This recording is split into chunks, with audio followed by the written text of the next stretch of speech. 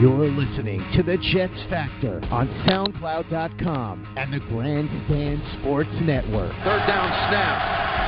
Sanchez to the end zone over Arrington, and touchdown, New York, Santonio Holmes. Now, here's your host, CJ DeSimone. What's going on, Jets Nation? Welcome to another edition of the Jets Factor podcast here on SoundCloud.com and the Grandstand Sports Network. I'm your host, CJ the Painkiller DeSimone, and today we're going to be talking some New York Jets football, a couple of interesting things coming out of New York Jets camp that we're going to be talking about. But first, let's have a quick word from our sponsors. The Jets Factor podcast on SoundCloud.com is sponsored by the following entities. By Big C's Barbershop. When you need an old school cut, Big C's is the place to go for all your grooming needs. Call 772 area code 663-4440 or search up Big C's Barbershop on Google Plus to book your appointment now. Big C's is the place to be. By thegruelingtruth.net, the Jets Factor podcast is now accessible on thegruelingtruth.net. For a wide array of sports coverage, thegruelingtruth.net is your place to go. GruelingTruth.net, where legends speak. By www.nyjetfans.com, your number one source for everything New York Jets, including yours truly's podcast. For a limited time, tees are on sale at nyjetfanshop.com for only $10. Get them while supplies last. Again, www.nyjetfans.com. And, of course, don't forget to check us out on the Grandstand Sports Network. That is grandstandsportsnetwork.com. Be sure to check out their brand-new Spreaker station in which you can catch their podcast lineup, including yours truly, which we are very honored and privileged to be a part of, grandstandsportsnetwork.com.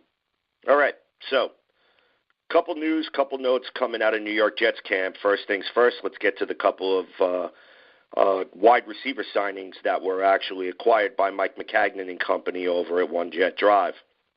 Jets actually come to a deal with wide receiver Terrelle Pryor.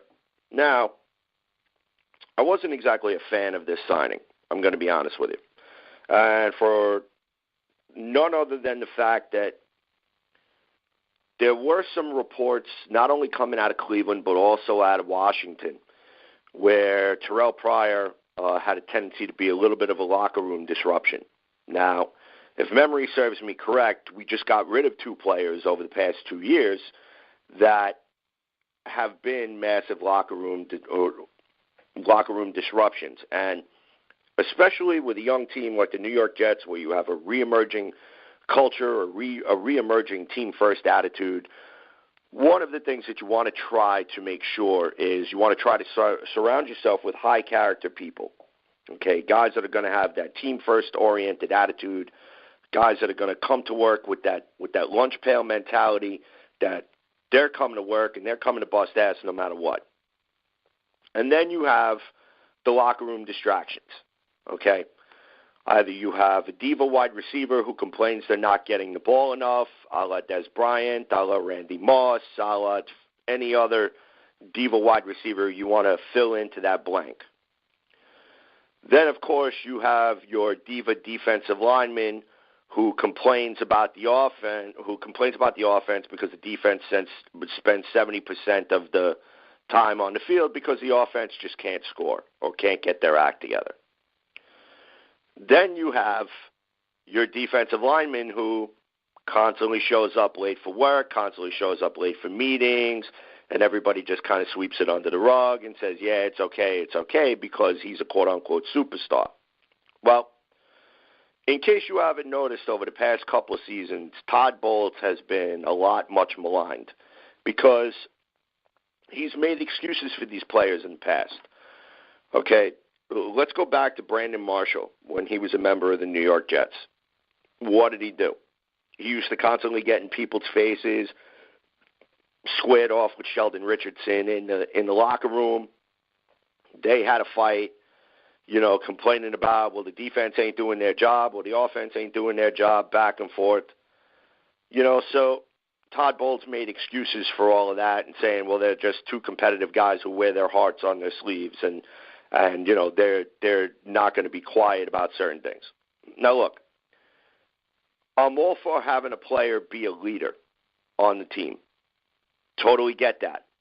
Mark Messier was like that when he was captain of the New York Rangers in the early 90s, in the early to mid-90s, when the Rangers won their first Stanley Cup in 54 years. And Mark Messier will tell you he made no bones about getting in anybody's face when he felt that they weren't giving anything but maximum effort. So I can understand that team leader guy, that one guy who is going to be the field general coming out and who's constantly going to say, well, look, I need you to give 110%, and you're not giving 110%, and because of that, all of us are suffering, and this, that, and the third. That's like an internal team issue, and that's where teammates kind of sort of police themselves here and there. But when you have leaks coming out into the media, such as, oh, well, there's dissension in the locker room, and nobody really likes the head coach, and the offense really doesn't like the defense, and the defense really doesn't like the offense because they're constantly going back and forth, then that's disturbing because as a professional football team, you got 53 guys that share a locker room, and they're all in there for one purpose, is to go out there and to be competitive on the football field. Well, when you have internal dissension, well, then there's going to be the problems.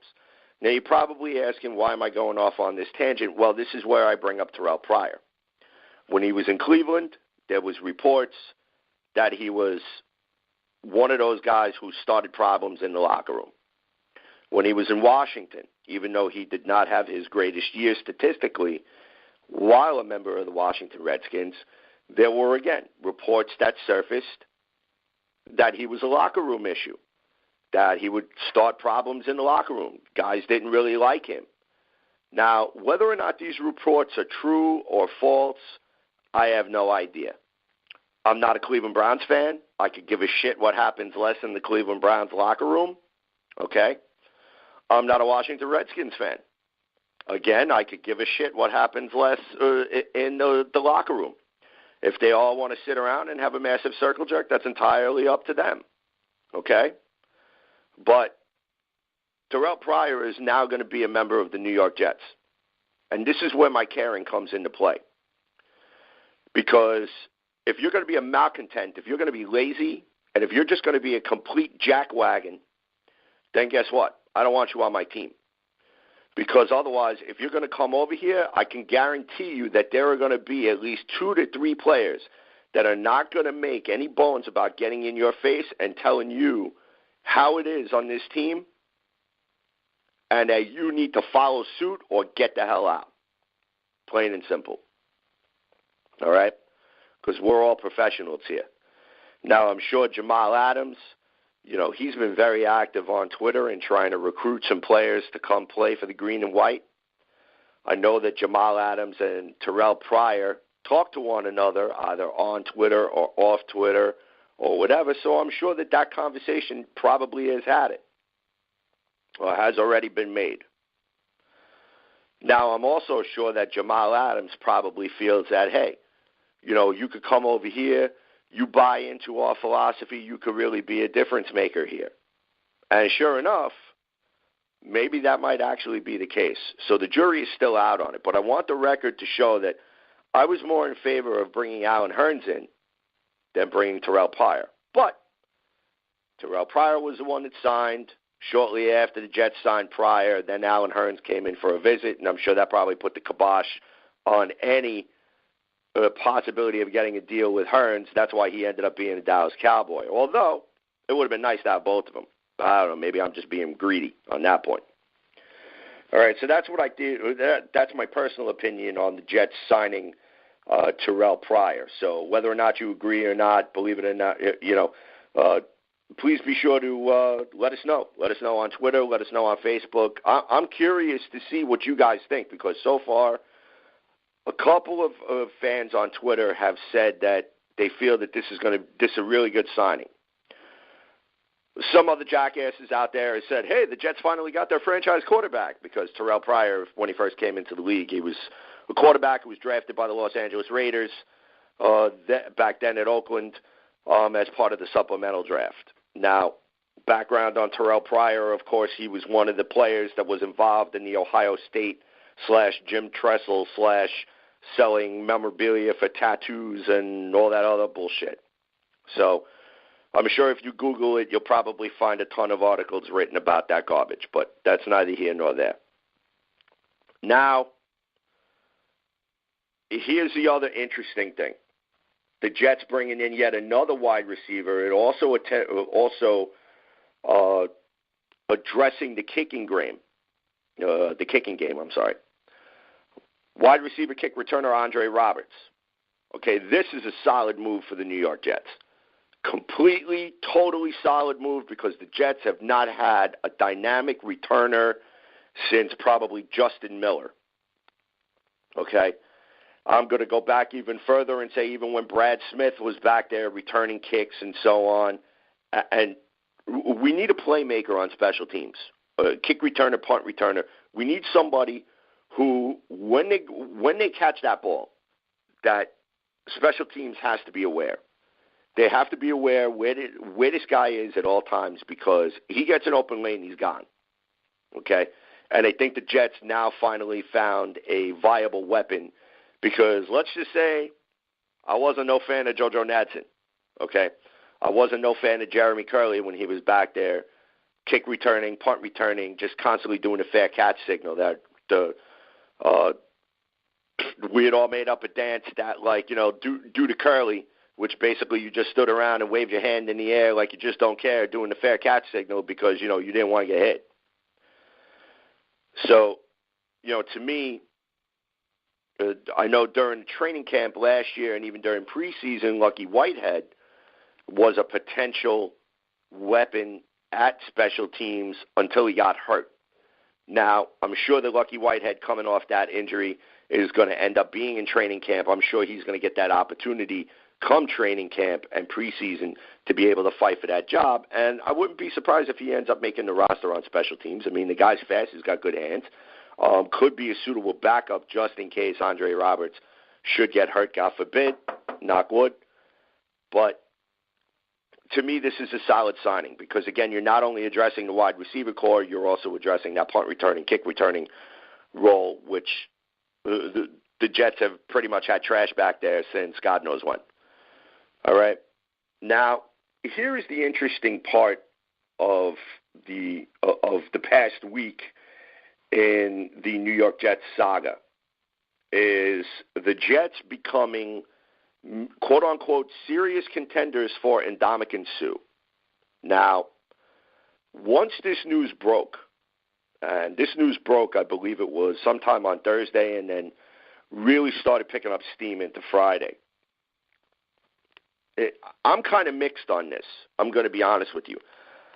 Ndamukong Suh, he's a very intense player. And I know that he's angry. And when he's out there on the field, I mean, you go and you take a look at Ndamukong Suh and some of the tackles that he made are just absolutely ridiculous. There was one person on Twitter, I forget their name, who actually posted a video of him in a Detroit Lions uniform actually picking up a Cleveland Browns quarterback. I mean, just picked him up and threw him to the ground like a rag doll, and then captioning it saying, how many of you would sign up to see Ndamukong Suh do this to Tom Brady? And, you know, to me right away, I'm just like, oh, yeah, that'd be so freaking awesome. Ndamukong Suh just go after Tom Brady and just pick him up and chuck him 5 yards down the field like a rag doll? Yeah, that would be awesome. But here's the problem, though. Ndamukong Suh, when you go and take a look at his checkered past off the field, and in some cases on the field, you know, stomping on guys' feet, stomping on guys' ankles, you know, being that quote-unquote a little bit of a dirty player.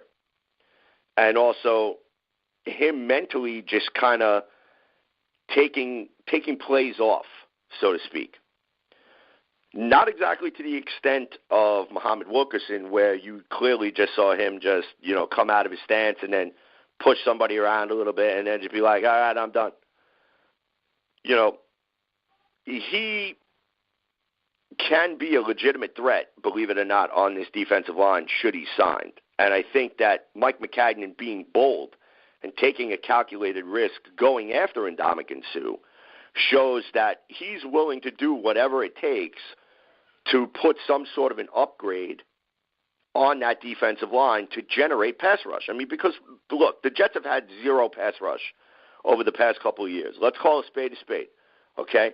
Sheldon Richardson didn't really do shit when he was here.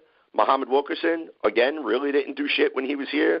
So the boatload of the responsibility fell on the shoulders of Leonard Williams. And, I mean, Leo, when he was on one-on-one coverage, and he was able to beat his man, and he was able to generate some pressure on the quarterback, which is exactly what the Jets need. You know, even though the Jets run a 3-4, and Ndamukong Suh would probably be used more so as a combination of a down lineman or maybe an up lineman or like an outside linebacker or a swing linebacker type position, or they could actually designate him as a pass rush specialist, which is what they used Josh Martin in primarily this past season. But you know, Ndamukong Suh could bring a lot of good, positive qualities because he could generate that inside pass rush to flush quarterbacks out of the pocket. If you can make the pocket collapse right up front and get that push that you need to make your quarterback now have to swing out of the pocket, which would mean swinging out of their comfort zone, that opens up lanes for other players to be able to get involved in the play. That also now opens up players for you could send your cornerback blitz. You could send your Mike linebacker either up the middle or on a swing route to the outside to try and mirror the directions of the quarterback. You know, let me put it like this. It does create a very interesting dynamic in which if you go and take Ndamukong Suh and plug it into the Jets defense the way it is right now, it does make for a very interesting dynamic and does pose for a very significant interior pass rush, which is what the Jets are trying to do, it looks like.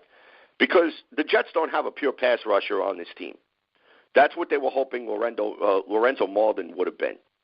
Now, there still could be time. Lorenzo Malden could, you know, coming off his injury, if he has a solid training camp, if he has a solid preseason, as long as he's putting in the work, and he's still, you know, studying the offense or mastering that defense, mastering his technique, being able to go out there and to pick and choose his lane and be able to know his matchups where he could be most effective, it could possibly still happen. But this is what makes the Ndamukong Suh quote-unquote potential signing actually viable. This guy's always angry. Always angry.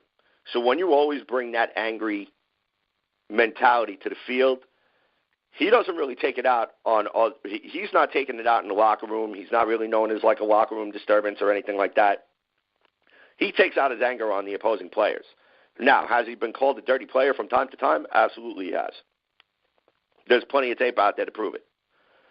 But from the sidestep on that to the actual talent that he brings to that line, I mean, potentially looking at a front three of Ndamukong Suh, Steve McClendon, and Leonard Williams, you know, does kind of say, yeah, I could live with that. I could possibly live with that. So, again, this could be a really, really big upgrade for the Jets' defensive line if this is the path that they choose. And from the reports that are out there, Todd Bowles has had conversations with Ndamukong Suh about if he came to the Jets, how exactly he would be used and where he would fit in their scheme. And I think personally that if Ndamukong Suh had no interest in what Todd Bowles was selling over the phone, that we wouldn't be serious contenders. I mean, right now, if you think about it, there's the Rams, the Saints, the Titans, and the Jets. Those are the four. Okay? You put Ndamukong Suh next to Aaron Donald on the Rams, that defense is scary. That frontline defense is scary. You put him on the Titans front defensive front instantly becomes better. Same goes with the Saints. But now the same could also be said with the New York Jets. So it's going to be very interesting to see how this entire scenario plays out in the coming days. The Jets have already said, look, we could make you the best offer. And once any player tells you it's not about money, you know they're full of shit. I mean, even though Ndamukong Suh has made enough money in his career where now he's at the point where he could be choosy where he goes next, I still think that Suh wants to go to a place where he could be competitive. And not just be competitive, for a 500 season or a sub-500 season or be in the conversation or whatever. He wants to go in a perennial. He wants to go to a perennial playoff team. Now, that immediately would strike the Jets out because the Jets finished 5-11 last year, and everybody thinks we're probably going to go the same, either 7-9 or 6-10. I'm already starting to hear, and according to the schedule, it could be a reality. But adding Suh to this mix could definitely give that much-needed upgrade to that defensive line that the Jets have been desperately needing. Definitely helps the interior pass rush, and will definitely create some problems provided that Todd Bowles uses Ndamukong Suh correctly in his defensive line rollouts, Casey Rogers and his defensive rollouts. I don't even know why that man still has a job, but don't get me started on that. Should the Jets be able to land Ndamukong Suh, there's a number of different ways where he could be used. And I think that this also shows Mike Mccagnan's train of thought that sometimes we need to think out of the box in order for us to really upgrade a position of need. So I'm really thinking that the more and more the days play out, yes, the Jets are a serious contender. A lot of people are laughing, saying Ndamukong Suh is not going to go to the Jets. But you know what? I don't think that it would be given. I don't think that there would be this much smoke in the air, so to speak, if there wasn't some legitimate base to it. Because when they say when there's smoke, there's fire. So again, it's going to be incredibly interesting to see how this plays out over the next few days. But don't be surprised if Ndamukong Suh does end up being signed eventually by the New York Jets at some point over the next few days, or whenever Suh decides to make his decision. So that's something to keep on the back burner. Now, one last thing is, the Jets have gotten the opportunity to look at all 4 quarterbacks that are coming out of this draft. They've gone to the Sam Darnold Pro Day. They went to Josh Rosen's Pro Day. They most recently went to Josh Allen's Pro Day. Before Sam Darnold, they went to Baker Mayfield's Pro Day. Regardless of wherever the Jets go at the number 3 position, let me make this perfectly clear to all of those idiots out there with the pen and the pad ready for the clickbait articles for the next month until the NFL draft. The Jets are not selecting Bradley Chubb. The Jets are not selecting Saquon Barkley. The Jets are also not going to trade out of the number 3 position to acquire more draft picks for the 2nd and 3rd round of this year's draft. You heard it here. This is all bullshit.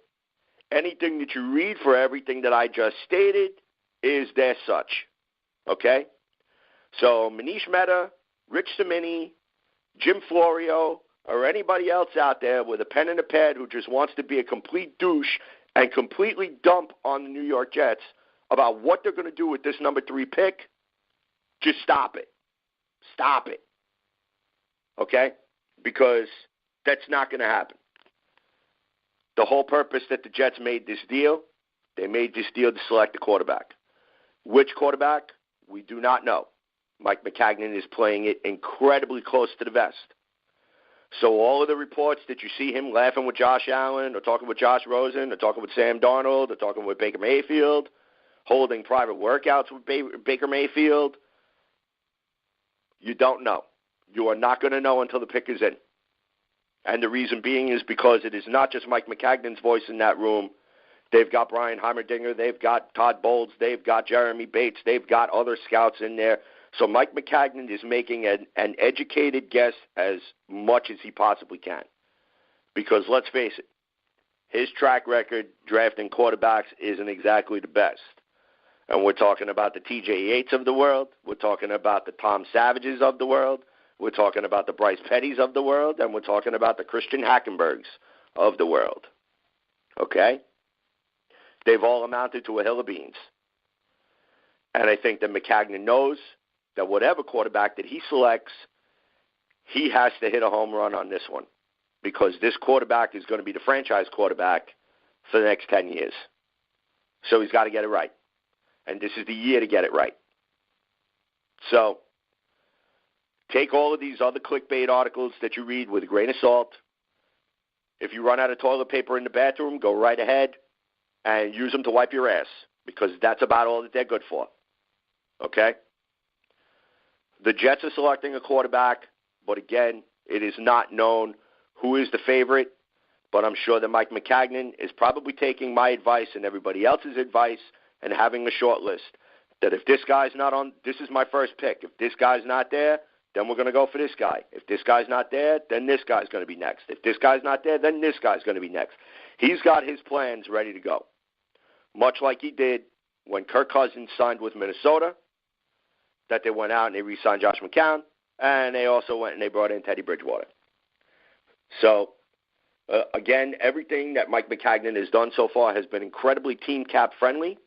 He's brought in some solid role players, but the only question mark still a little bit is Spencer Long, because some people have compared his injury history to Ryan Clady. Let's see. We're not going to know until he's in. We're not going to know until they strap shoulder pads on and they actually start playing under live bullets. So it's all speculation. Maybe he comes into training camp and he's healthy. Maybe he comes into training camp and they run into more problems.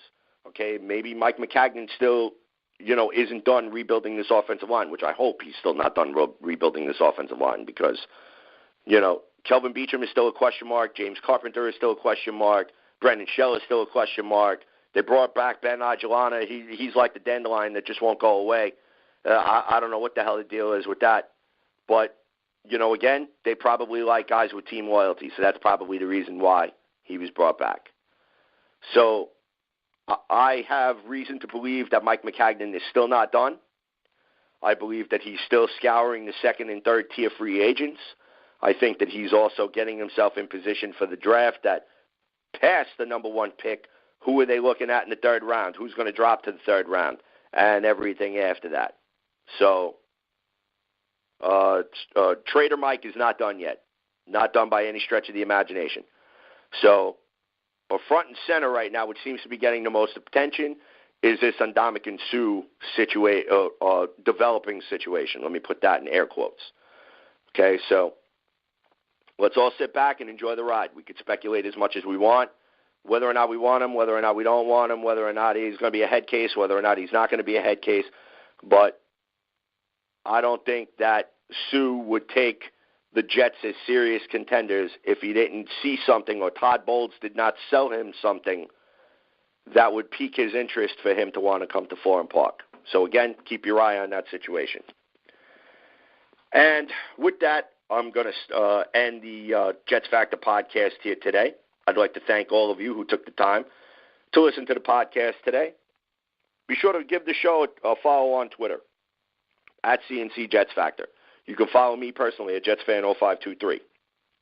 Shoot the show an email at thejetsfactor@gmail.com. The show does, in fact, have a Facebook page. It's in its infancy stages. I have not had the opportunity to really post much up there. www.facebook.com/The Jets Factor Podcast. Smash that like button. Hit that follow button as we update it, and I put updates as to what's going on with the JFP. Don't forget to catch us on thegruelingtruth.net. My good Paster and his buddies over there do a great job. Thegruelingtruth.net. Go and check them out. You could also find us on the Grandstand Sports Network, grandstandsportsnetwork.com. Be sure to go and to follow their Spreaker station, as their entire podcast lineup, including yours truly, is on there. So you can find us there. Don't forget to check out www.nyjetfans.com. Jay and company over there have a brand new NYJF, the magazine. I got my first issue not too long ago. Stuff is fire. Great articles, great insights. Cannot wait to see what issue number 2 looks out. Tyson Roush at TRoush21 put a Twitter post on earlier today saying going over the content, it's going to be fire. He thinks the fans are going to be incredibly fired up for it. So if you haven't gone to check it out, go and check it out. NYJetFans.com. You could also go to NYJFShop.com. You could also sign up for it. It's $2 an issue, $24 for the year. You get it shipped right to your door. Jay's also got a bunch of other places where you could actually go and get the magazine for free if you live in the New York, New Jersey metro area. Go and check it out. All right? If you're any place else but the New York, New Jersey metro area and you are a diehard Jet fan, definitely subscribe to that magazine. All right? I think I pretty much covered all the bases here. So, again, I'd like to thank everybody. Oh, by the way, some interesting news about the JFP. Very last edition with Brian Johnson and Chris Lewis. The most listened to Jets Factor podcast episode thus far. So you know what? Hey, you guys deserve a round of applause. So let me go ahead and do something over here for you guys as soon as I can find it. There we go. That's for you. That's for all of you. Every single one of you that took the time to download and to listen to the Jets Factor podcast on whatever podcast vehicle you listen to us on. All right, thank you so much for this massive milestone. The Jets Factor podcast is going to be 6 years old, upcoming in April. Hopefully I'm going to have a nice surprise. I'm trying to put together a couple of things for our anniversary show. Hopefully they pan out. So, but if not, we're still going to be giving you our typical New York Jets content, and, you'll get to hear me blabber on and on and on. So, and most people are just always telling me, shut the hell up. But you know what? I just won't. I just won't, not when it comes to my New York Jets. So, all right, guys. So, again, thank you again for tuning in. We will see you guys when we see you guys.